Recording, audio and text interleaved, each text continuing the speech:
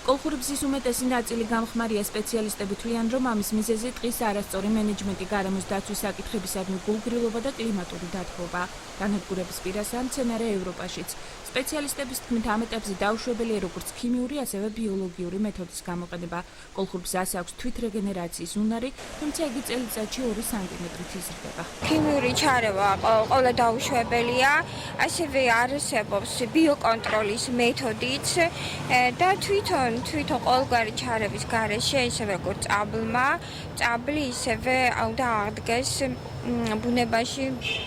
თვითონ დაიბრუნებს ბზა თავის სახეს. სოფელ ზედაჯოჭოში უნიკალური ბზის ტყე, რომელიც 100 წელზე მეტ ითვლის განადგურების პირასა.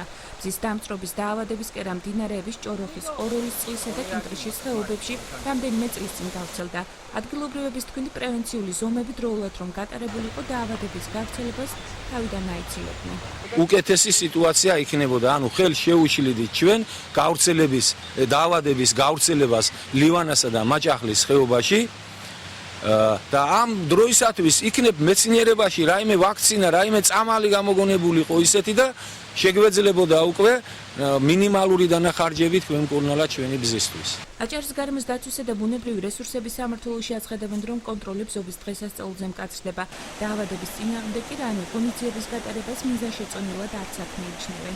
სანქციები ყოველთვის არის ამ მიმართულებასთან დაკავშირებით და ეს არანაირად არ არის დამოკიდებული ბზობის დღესასწაულთან რა. რეგულარულად ყოველდღიურად მიმდინარეობს მუშაობა ამ ბზის და არა მარტო ბზის, სხვა როგორც წითელ ნუსხაში შემავალი, ასევე არაშემავალი ველური ბუნების დაცვის.